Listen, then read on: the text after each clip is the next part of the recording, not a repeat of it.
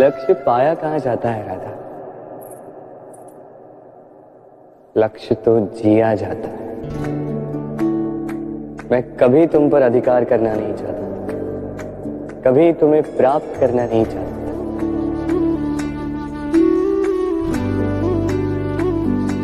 क्योंकि प्रेम भी लक्ष्य की ही भांति पाया नहीं, जिया जाता है। पाने और खोने का उपक्रम व्यापारी का होता है, पुजारी का नहीं। मेरी बांसुरी और तुम मेरे लिए का गीत पूजा हो रहा था, मेरी आराधना। प्रीत हो मनमीत हो राधे, मेरी मनमीत हो। नदी का जल मीठा होता है क्योंकि वो सबको जल देती है। सागर जल लेता है, इसीलिए खारा होता है। और नाला उसका बहना रुक जाता है और इसी कारण से वो दुर्गंधपूर्ण हो जाता है, किसी काम का नहीं रहता। हमारे जीवन में भी कुछ ऐसा ही होता है।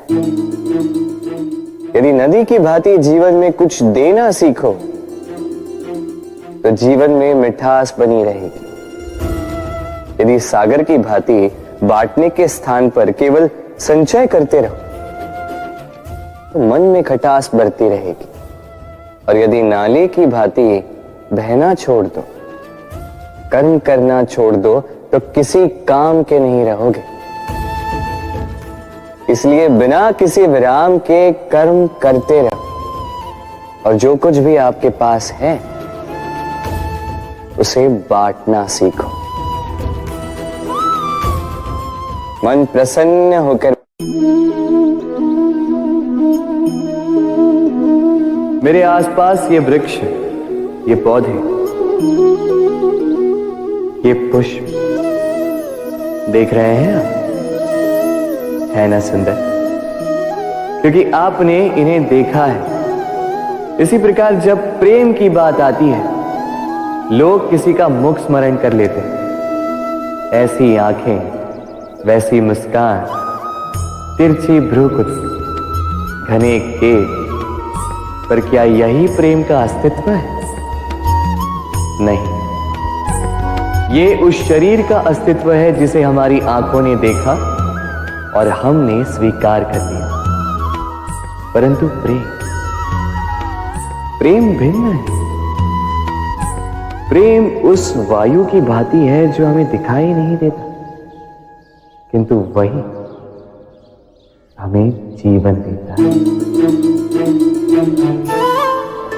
संसार किसी स्त्री को कुरूप कह सकता है क्योंकि वो उसे अपनी तन की आंखों से देखता है, परंतु संतान उसी माता को संसार में सबसे सुंदर समझती है क्योंकि वो भाव से जुड़े। तन की आंखों से देखोगे तो वैसे भी पहचान नहीं पाओगे जैसे राधा मुझे पहचान नहीं पाई। इसलिए यदि प्रेम को समझना है तो मन की आंखें खोलो और प्रेम से कहो राधे राधे। जब भी प्रेम की बात आती है, हम सबसे पहले मन में एक नायक और एक नायिका का चित्रण कर लेते हैं। क्यों? आपके साथ भी यही होता है ना? पर क्या प्रेम केवल नायक नायिका के आकर्षण का बंधन है? नहीं, प्रेम तो परिवार से हो सकता है, माता पिता भाई बहन से हो सकता है, सखा मित्रों से हो सकता है, देश और जन्मभूमि के लिए हो सकता है, मानवता के लिए हो सकता है, किसी कला के लिए हो सकता है, इस प्रकृति के लिए हो सकता है। पर प्रेम कभी उस पन्ने पर लिखा ही नहीं जा सकता जिस पर पहले ही बहुत कुछ लिखा हो। जैसे एक भरी मटकी में और पानी आ ही नहीं सकता। तो यदि प्रेम को पाना है तो मन को खाली करना होगा। अपनी इच्छाएं, अपना सुख सब त्याग कर समर्पण करना होगा। अपने मन से व्यापार हटा दो, तभी प्यार मिलेगा और मन प्रसन्न होकर बोले, राधे राधे। प्रेम विधाता की सबसे सुंदर कृति, परंतु हर कृति को संभालना पड़ता है। अब इसी मूर्ति को देख लीजिए। जब कलाकार ने इसे रचा तब ये बहुत सुंदर थी, परंतु इसके पश्चात इसे संभाला नहीं गया। इसके स्वामी ने इसके देखभाल का कर्तव्य ठीक से नहीं निभाया और अब यह मूर्ति असुंदर लगने लगी। इसी प्रकार केवल कह देने से प्रेम नहीं हो जाता। इसके लिए आपको अपने कर्तव्यों को पूर्ण करना होगा। तो देश की रक्षा, परिवार और संबंधियों की सुरक्षा, संतान को संस्कार, जीवन साथी का आभार, ये कर्तव्य जब तक नहीं निभाओगे प्रेम से दूर होते जाओगे। तो यदि प्रेम का अमृत पाना है तो कर्तव्य की अंजलि बनानी होगी और मन से कहना होगा, राधे राधे। प्रेम संसार का सबसे पवित्र बंधन है, पर सच पूछो तो ये बंधन से मुक्ति है, स्वतंत्रता है।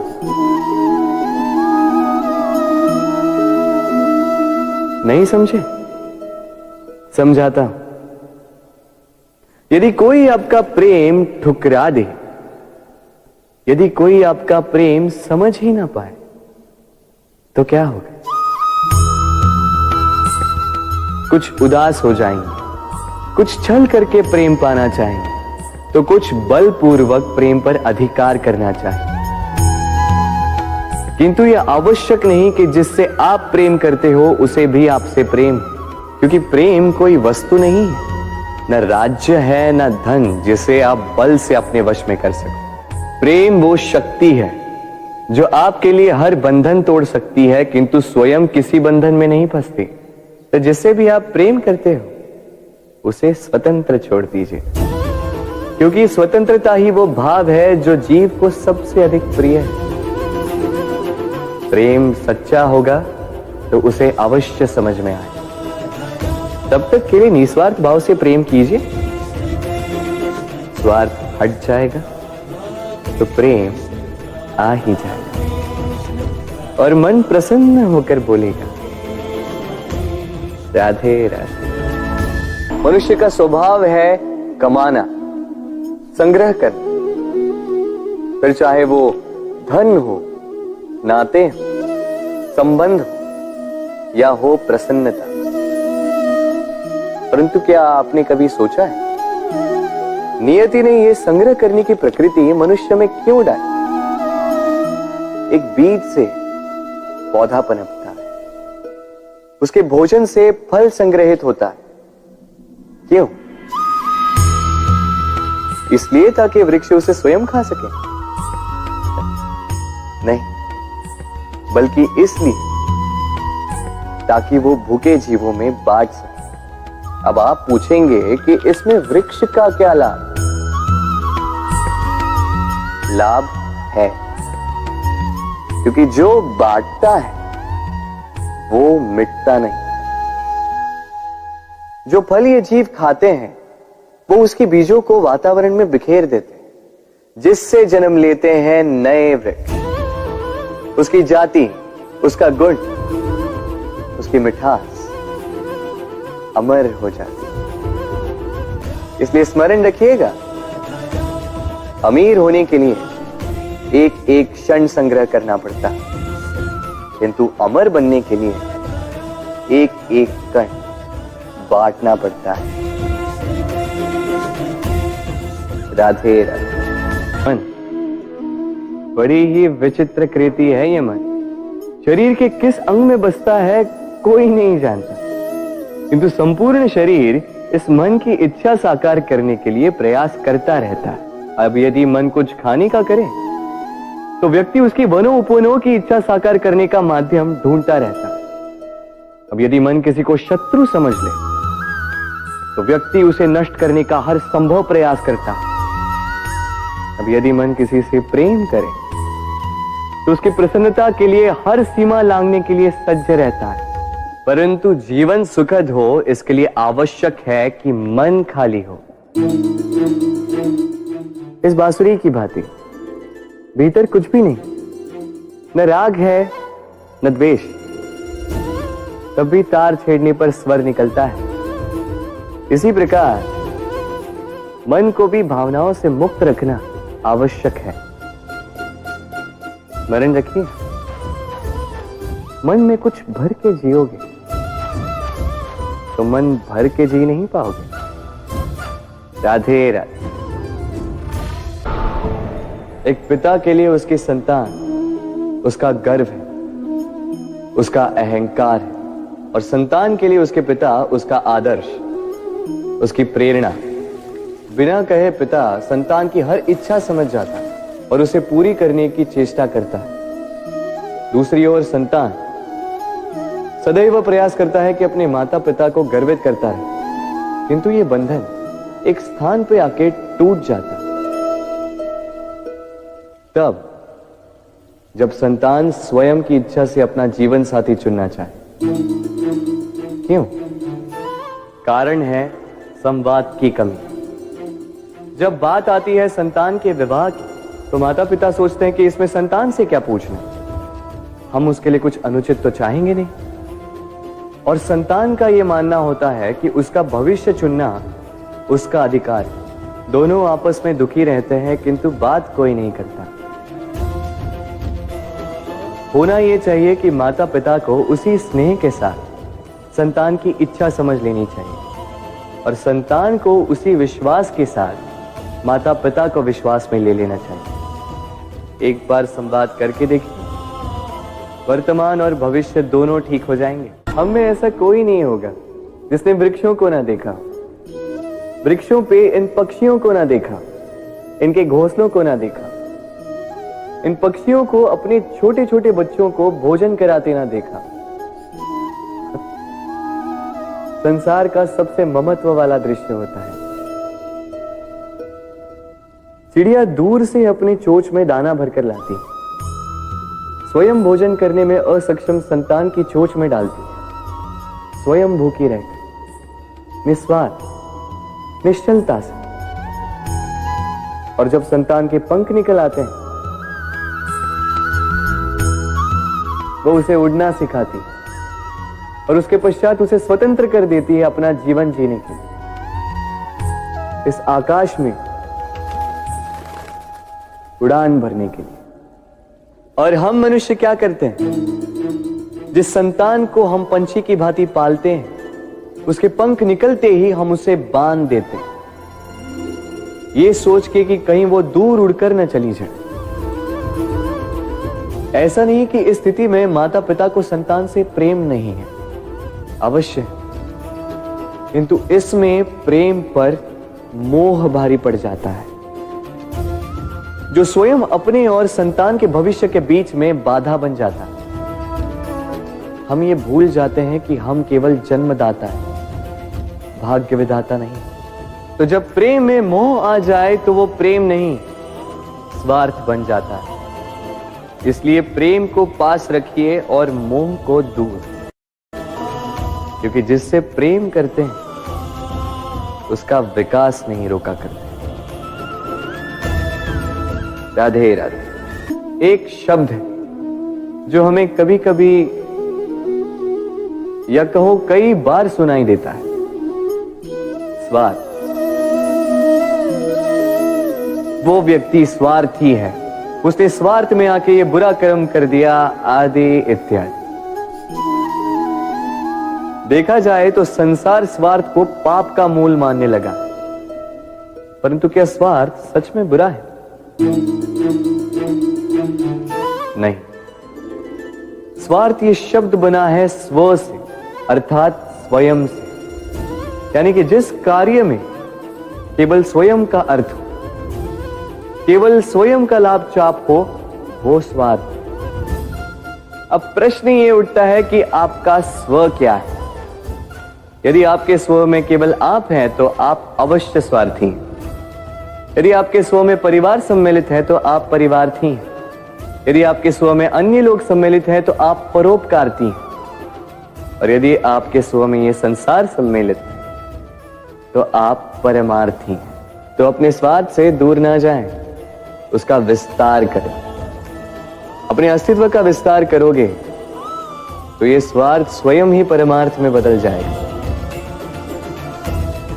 राधे राधे। भूल और मनुष्य, इन दोनों का संबंध कुछ वैसा है जैसा पंख और चिड़िया का, जैसा धारा और नदिया का। यदि भूल मनुष्य के स्वभाव का इतना महत्वपूर्ण अंग है तो आप सोचिए, इस पर लज्जा क्यों?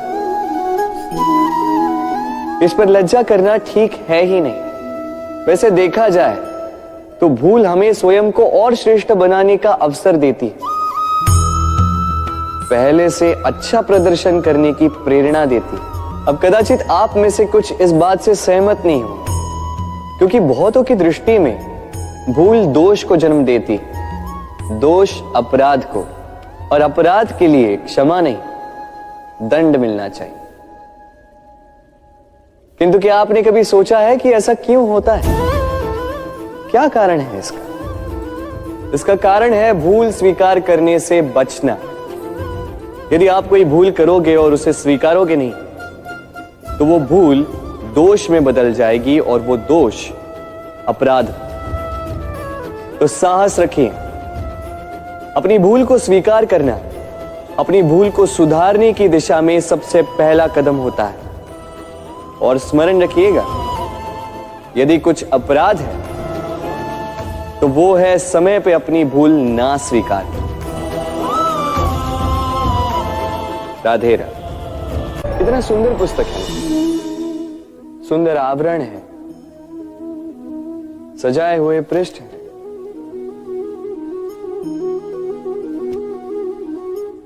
किंतु क्या ये सत्य में अद्भुत पुस्तक कहलाने की पात्र है? क्या इसमें जो लिखा है वो सत्य है, प्रेरणादायी है, हमारे लिए मूल्यवान है? कैसे निश्चय लिया जाए इस बात का? अब आप सोचेंगे कि सीधी सी बात है, आवरण को देख के पुस्तक की गुणवत्ता कैसे जानी जा सकती?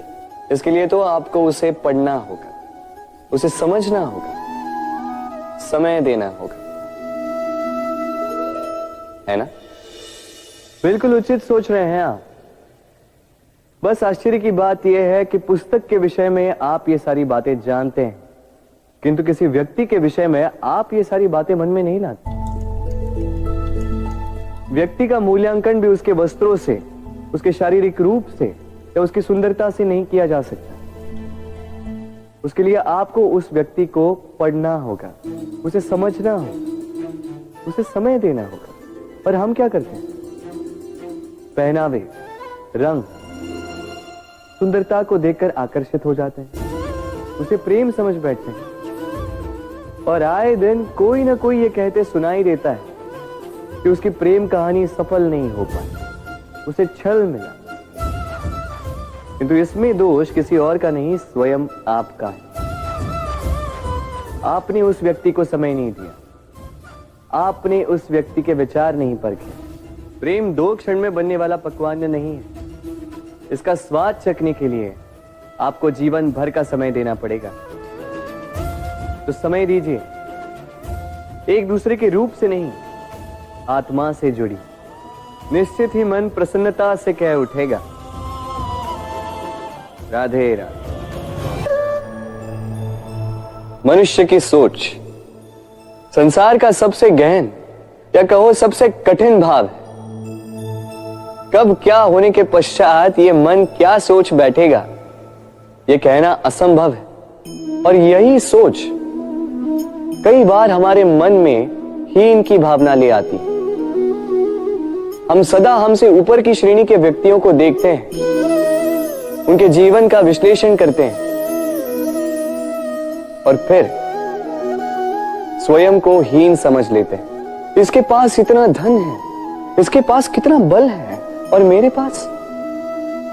पास कुछ भी नहीं। मैं कितना हीन व्यक्ति हूं, संसार के लिए मैं कुछ भी नहीं। होता है ना ऐसा? किंतु ऐसा नहीं है। आपके पास भी बहुत कुछ है, पलट के देखिए। किसी भूखे व्यक्ति को केवल एक रोटी मिल जाए तो भले ही दूसरों के लिए वो अन्न का दाना होगा, किंतु उसके लिए वो भोज से कम नहीं। इसलिए जब भी मन में हीन भावना जागे, अपनों की ओर देखिए, उनकी ओर पलटिए। आपको विश्वास हो जाएगा कि भले ही आप ये मानते हो कि इस संसार के लिए आप कुछ नहीं है, कुछ लोगों के लिए आप संपूर्ण संसार है। तो जो आपका संसार है उसमें प्रसन्न रहना सीखिए। राधे राधे।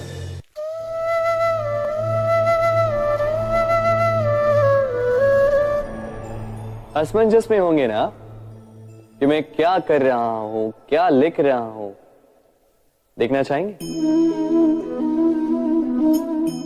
अब आप सोच रहे होंगे कि मैं माटी पे माटी क्यों लिख रहा हूं।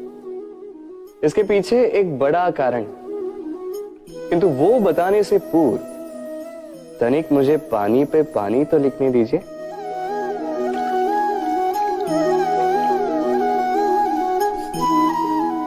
क्या हुआ? जो मैंने लिखा वो दिखाई क्यों नहीं दे रहा? तो ये रहा आपके पहले प्रश्न का उत्तर। माटी पर माटी लिखना कितना सरल है, उतना ही कठिन है पानी पर पानी लिखना। संबंध भी कुछ इसी प्रकार होते हैं। बनाते समय माटी पर लिखने जितने सरल और निभाते समय पानी पर लिखने जितने कठिन। अब प्रश्न ये उठता है कि पानी पे लिखा कैसे जाए।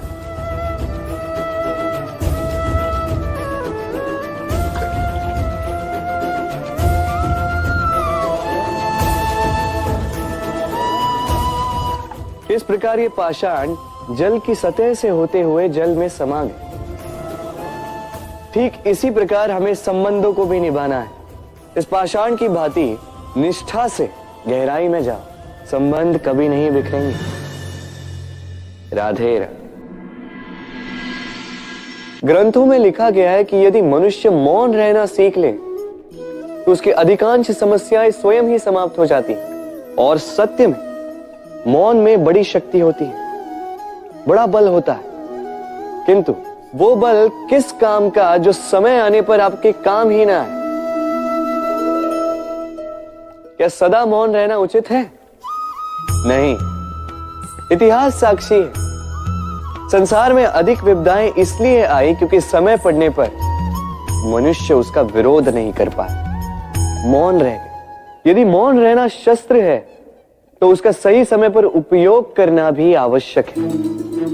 यदि अकारण मौन रहोगे तो बुरे तत्व उसे सहमति समझ लेते, फिर धीरे धीरे वो आपका स्वभाव बन जाता है, आपका अभ्यास हो जाता है, और फिर आपका व्यक्तित्व एक साधारण से पाषाण के भांति बन जाता है। अपनी वाणी का आवश्यकता पड़ने पर सदुपयोग कीजिए। वाणी को कब वश में रखना है और कब मौन नहीं रहना है, इससे भी अधिक महत्वपूर्ण है यह समझना कि उसे कब तोड़ना है। राधे राधे। पर में हम कई लोगों से मिलते हैं। आप भी ऐसे कई लोगों से मिले होंगे जिन्होंने स्वयं को असफल मान लिया, निराश हो चुके, जिन्होंने ये स्वीकार कर लिया है कि इस जीवन में उनसे कोई कार्य हो ही नहीं पाए, वो कुछ कर ही नहीं सकते, किसी कार्य के वो योग्य ही नहीं। किंतु ऐसा नहीं। इस संसार में ऐसा कुछ भी नहीं है जो योग्य नहीं है। कोई ऐसा अक्षर नहीं है जो किसी मंत्र का भाग ना हो। कोई ऐसी जड़ी बूटी नहीं है जो औषधि ना हो। कोई ऐसा विष नहीं है जो समय आने पर अमृत ना बन जाए। और इसी प्रकार कोई व्यक्ति अयोग्य नहीं होता। उसे अयोग्य बनाती है उसकी सोच। इसलिए स्वयं को जानो। जान जाओगे कि आप क्या, अपने अंतर मन को जगाएं। आप देखेंगे कि जिस संसार की नींव ही बनी है आशा से, उस संसार में निराशा, हताशा और हार जैसा कोई भाव अस्तित्व ही नहीं रखता। राधे राधे। यदा यदा हि धर्मस्य ग्लानिर्भवति भारत अध्युत्थानम् अधर्मस् तदात्मानं सृजाम्यहम्। जब जब धरती पर पाप बढ़ता है, धर्म की हानि होती है, तब तब मैं आता। ये तो आप सब जानते हैं, किंतु क्या आपने कभी सोचा है कि क्यों मैं इस धरा का जीव बनकर ही अवतरित होता हूं? क्यों मैं मनुष्य के रूप में आपके बीच में रहता हूं? आज बताता हूं। संसार में पाप और पुण्य संतुलन में चलते हैं, किंतु जब पाप सीमा से आगे बढ़ जाता है, मुझे आना ही होता। कारण यह है कि आप मुझे भुला देते। चौकिए मन, मैं आप ही में बसता हूं। बस आप स्वयं के भीतर बसे परमात्मा को भूलने लगते हैं। इसलिए मुझे आना पड़ता है आपको ये बताने कि सारी शक्ति आप में ही समाहित है। पर आप क्या करते हैं? मेरा सम्मान करते, मुझे पूछते, मुझसे शक्ति मांगने लगते, भांति भांति की इच्छाएं मेरे सामने रखते। मुझे आपकी श्रद्धा से कोई आपत्ति नहीं, मुझे आपत्ति है उस भाव से जो आपको दुर्बल बनाता है। परमात्मा में श्रद्धा रखिए, किंतु स्वयं की आत्मा पर भी विश्वास कीजिए, क्योंकि इस संसार में ऐसा कुछ भी नहीं है जो आप नहीं कर सकते।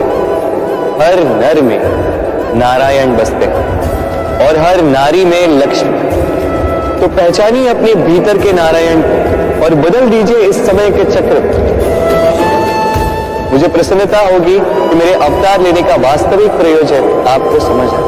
तो शंका त्याग कर शंकर बन जाइए, अन्यथा कंकड़ के समान रहना हो। राधे राधे। कभी आपने सोचा इस संसार में हम सबसे अधिक किससे जुड़े? अब कोई कहेगा माता पिता, कोई कहेगा मित्र, कोई कहेगा पत्नी, तो कोई कहेगा संतान। नहीं, यदि इस संसार में हम किसी से जुड़े हैं तो वो है समय। समय ही हमारा भूत है, समय ही हमारा वर्तमान है और समय ही हमारा भविष्य है। और हम क्या करते हैं? सबसे अधिक जुड़े समय को, सबसे बहुमूल्य संपत्ति को हम नष्ट कर देते हैं। कोई भविष्य के ऊंचे सपनों को बुनता है, कोई बीते कल को कोसता है, किंतु तनिक सोचिए, बीता कल आपके सोच विचार करने से बदलने नहीं वाला। और भविष्य के विषय में सोच विचार करके यदि आप अपना वर्तमान नष्ट कर देते हैं तो आपका भविष्य भी बीते कल की भांति ही होगा। इसलिए आज के विषय में सोचिए, उसे उत्तम बनाए। आपका भूतकाल और आपका भविष्य अपने आप उत्तम हो जाए। राधे। अक्सर आपके बड़े बूढ़ों ने आपसे कहा होगा कि ये संसार दुख का मूल है और ईश्वर भक्ति उस दोष से दूर जाने का मार्ग है।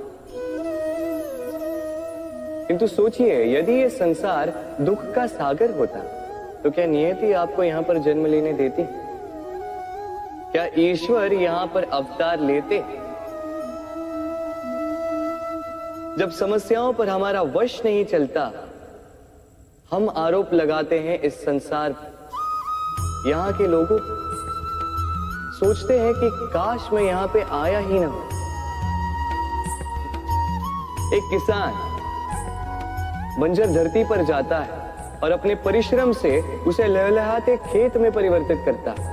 एक दर्जी जिसके पास एक सामान्य सा वस्त्र आता है, अपने परिश्रम से उसे एक सुंदर वेश में परिवर्तित कर देता है। आप भी परिश्रम कीजिए। ये महत्वपूर्ण नहीं है कि आप किस संसार में आए, ये महत्वपूर्ण नहीं है कि आप यहां कैसे आए। यदि कुछ महत्वपूर्ण है तो वो ये है कि जब आप गए तब आप इस संसार को कैसा छोड़कर गए। तो ये सोचकर जिए कि जो किसी के लिए नरक है उसे किसी का स्वर्ग बना के निकलोगे तो आपका जीवन और आपका संसार दोनों धन्य हो जाएंगे। राधे राधे। हम सबको कभी न कभी तो क्रोध आता ही और आएगा भी। मनुष्य इन्हीं भावों से हम जुड़े, किंतु ये क्रोध क्यों आता है? कभी सोचा है आप? ये क्रोध तब आता है जब हमारे मन के अनुसार कुछ ना हो, जैसे कभी कोई हमारी बात ना माने या कभी हमें पराजय प्राप्त हो जाए। किंतु इन सारी परिस्थितियों में आधार एक ही है कि कहीं ना कहीं, किसी न किसी स्थान पे हम दुर्बल हैं।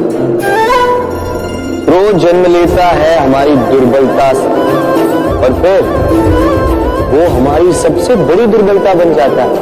यदि क्रोध को वश में न रखा जाए तो भ्रम जन्म लेता है।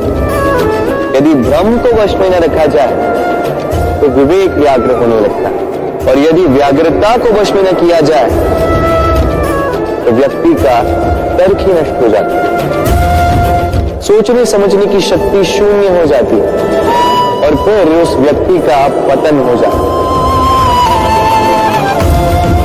इसलिए अपने क्रोध पर वश रखें और अपने मन को शांत होने के लिए करें। राधे राधे। व्यक्ति किसी और वस्तु या भाव से परिचित हो ना हो, भय और भविष्य दोनों ही व्यक्ति के मन में सदैव रहते हैं, जिनका अस्तित्व व्यक्ति के अस्तित्व पे भारी रहता है। विचित्र है ना? वह वो है जिसे आप नहीं जानते, जो अनजान है, और इसी कारण आपको भय लगता है कि ना जाने क्या होगा। भविष्य वो है जो अब तक घटा ही नहीं, तो जो घटा ही नहीं उसके विषय में चिंता क्यों? आपके हाथ में है वर्तमान। वर्तमान के कर्म सत्य मन से कीजिए और सोचिए ये कि अपने कर्मों को और कितनी श्रेष्ठता से किया जा सकता है। इसलिए आप विश्वास कीजिए, यदि वर्तमान के कर्मों को आप सत्य मन से करोगे तो भय स्वयं ही निकल जाएगा और भविष्य का फल अवश्य ही मीठा होगा। इसलिए भय और भविष्य से डरना छोड़ दीजिए, इस वर्तमान को जी। राधे राधे। हम अपने संबंधों के साथ जीते हैं, उत्सव मनाते हैं, खेलते हैं, खाते हैं, आनंद मनाते हैं, किंतु जब कोई प्रिय हमसे दूर चला जाता है, इस संसार से चला जाता है, तब हम दुर्बल हो जाते हैं, सदा दुखी रहते। क्या ये होना चाहिए? इस प्रकृति को देखिए। वृक्ष पत्तों के झड़ने से शोक नहीं मनाता, वो नए पत्तों के आने का स्वागत करता है। कल आप भी किसी के स्थान पे आए थे और कल आपके स्थान पे भी कोई और अवश्य आए, क्योंकि ये परिवर्तन है, ये इस प्रकृति का नियम है। इसमें शोक कैसे? जो छूटा उसका शोक मनाने के स्थान पर जो मिलेगा या जो आपके पास है उसका आनंद उठाइए। राधे राधे। हमारे पास अक्सर बहुत लोग आते हैं, कुछ को हम समय देते हैं, कुछ का हम तिरस्कार करते हैं, किंतु तिरस्कार कभी नहीं करना चाहिए। किसी व्यक्ति के आपके पास आने के 3 मुख्य कारण होते हैं: भाव, अभाव और प्रभाव। यदि कोई आपके पास प्रेम भाव से आए तो उसे प्रेम दे, सम्मान दे। यदि कोई आपके पास अभाव में आए तो उसकी आवश्यकता समझे और जितना हो सके स्वयं से उसकी सहायता करें। और यदि कोई आपके पास प्रभाव के कारण आए तो भी उसे समुचित सम्मान दे। स्वयं को भाग्यशाली समझें कि कोई आपके प्रभाव में है, किंतु तिरस्कार कभी ना। तिरस्कार जन्म देता है कुंठा को, और कुंठा किसी को भी आपका शत्रु बना देती। इसीलिए मित्र बनाएं, आनंद लें और मेरे साथ कहें, राधे राधे। लोग सदैव मुझसे ये प्रश्न करते रहते हैं कि मित्रता का मतलब क्या है, इस प्रेम का मतलब क्या है, और मैं बस मुस्कुराता हूं, क्योंकि ये तो ऐसा प्रश्न हुआ जैसे कोई पूछे कि अनर्थ का अर्थ क्या है। अब जब अनर्थ हो ही गया तो उसका अर्थ क्या? उसी प्रकार वो मित्रता क्या जिसमें आपका कोई मतलब, वो प्रेम क्या जिसमें आपका कोई स्वार्थ। ये दो भाव ऐसे हैं जिसमें आपको कुछ चाहिए नहीं होता, बस देना होता। आपका समय, आपकी भावनाएं, आपका सुख कुछ मांगने के लिए करोगे तो वो मित्रता कैसे? कुछ पाने के लिए करोगे तो वो प्रेम कैसे? वैसे भी देखा जाए तो जो प्रेम करते हैं उन्हें कुछ पाने की आवश्यकता ही नहीं, और जिसके पास 2.5 अक्षर वाला ये प्रेम शब्द हो, उसके पास तो इस संसार का सबसे बड़ा कोश है। तो आप इस कोश को बढ़ाइए और मेरे साथ कहिए राधे राधे। हम मनुष्य साथ रहते हैं, आनंद पीड़ा मिलजुल कर बांटते हैं, समय पड़ने पर सहायता देते हैं, सहायता लेते भी हैं। किंतु क्या सदा सहायता लेना उचित है? अब आप में से कुछ कहेंगे बिल्कुल उचित है, इसमें बुरा ही क्या है, मनुष्य ही तो मनुष्य के काम आएगा। बिल्कुल उचित कहा आपने, किंतु सदा के लिए सहायता लेना उचित नहीं है। कारण यदि बात बात पर सहायता लेने का अभ्यास हो गया तो आप स्वयं दुर्बल होते जाएंगे। स्वयं का एक मार्ग बनाना छोड़ आप बात बात पर दूसरों से सहायता मांगे। दूसरी बात, सहायता के साथ जुड़ा आता है उपकार का भार। तो जिससे सहायता ली है उसके समक्ष झुककर रहना होगा। इसीलिए संकट में भी सोच विचार करके सहायता लें, क्योंकि संकट तो कुछ दिनों पश्चात निकल जाए, किंतु उस उपकार के ऋण का भार जीवन भर आप पर रहे। राधे राधे। जब से मनुष्य का जन्म हुआ है जान पहचान का, और आज के युग में तो व्यक्ति का मूल्यांकन ही इस बात से किया जाता है कि इसकी पहचान किससे है, इसकी पहचान कहां तक है। क्यों? आपके आसपास भी ऐसे कई लोग होंगे जो पहचान की बल पर आपका काम बना लेते हैं। ऐसे कई लोग होंगे जो पहचान से काम पा लेंगे, धन अर्जित कर लेंगे। किंतु आप तनिक सोचिए, क्या ये ठीक है? पहचान से मिला काम आपके साथ तब तक रहेगा जब तक आपके उनसे मधुर संबंध होंगे। संबंधों में खटास आई और काम निकल गया हाथ से। तो अब क्या किया जाए? इसका उत्तर है काम। अपना काम पूरे मन से करो, अपना काम निश्चय से करो, क्योंकि पहचान से मिला काम अधिक समय तक नहीं टिकेगा, किंतु काम से मिली पहचान युगों युगों तक टिकेगी। राधे राधे। मनुष्य जब जन्म लेता है और मनुष्य जब इस संसार को छोड़कर जाता है, इसके मध्य का काल जीवन कहलाता है। और इस जीवन में संघर्ष तो करना ही पड़ता है, कभी शिक्षा के लिए, कभी काम के लिए, कभी वास्तविक युद्ध करना पड़ता है। किंतु इस संघर्ष का सामना करने के लिए प्रकृति ने हमें एक और गुण भी भेजा, प्रयास। कभी किसी छोटे बालक को देखा, न कुछ बोल पाता है, ना कुछ समझ पाता है,